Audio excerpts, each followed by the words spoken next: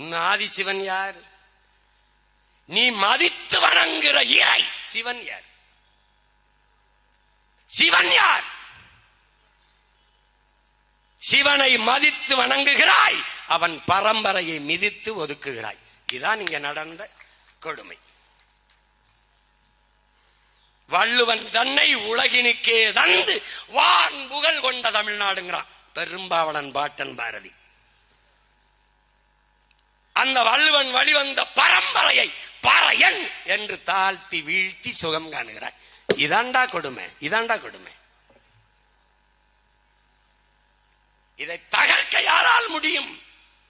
தமிழ் பேரினத்தின் பெருந்தீ பிரபாகரன் என்ற பெரும் நெருப்பால் முடியும். அவனுடைய மகன் சீமான், அவனுடைய பிள்ளைகள், அவன் உயிர் தம்பி தங்கைகளால் தான் இதை சாத்தியப்படுத்த முடியும். இதையெல்லாம் பேசினால் போலி தமிழ் தேசியவாதிகள் என்பார்கள். யார் நம்மை போலி தமிழ் தேசியர்கள் என்று சொல்பவர்கள்? யார்? சில கூலி திராவிடர்கள்.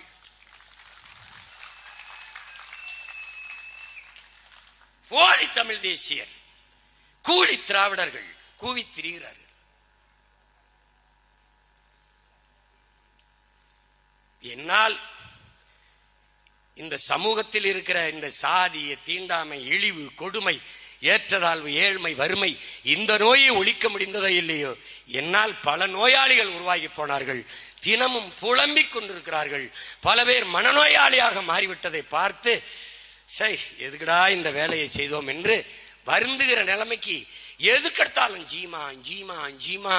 பாடும் பொருள் பரம்பொருள் சிவன் அல்ல, பாடும் பொருள் இந்த பாமரன் சீமானாக இருக்கிறேன் என்பதுதான் பெரிய பெரிய வேடிக்கை.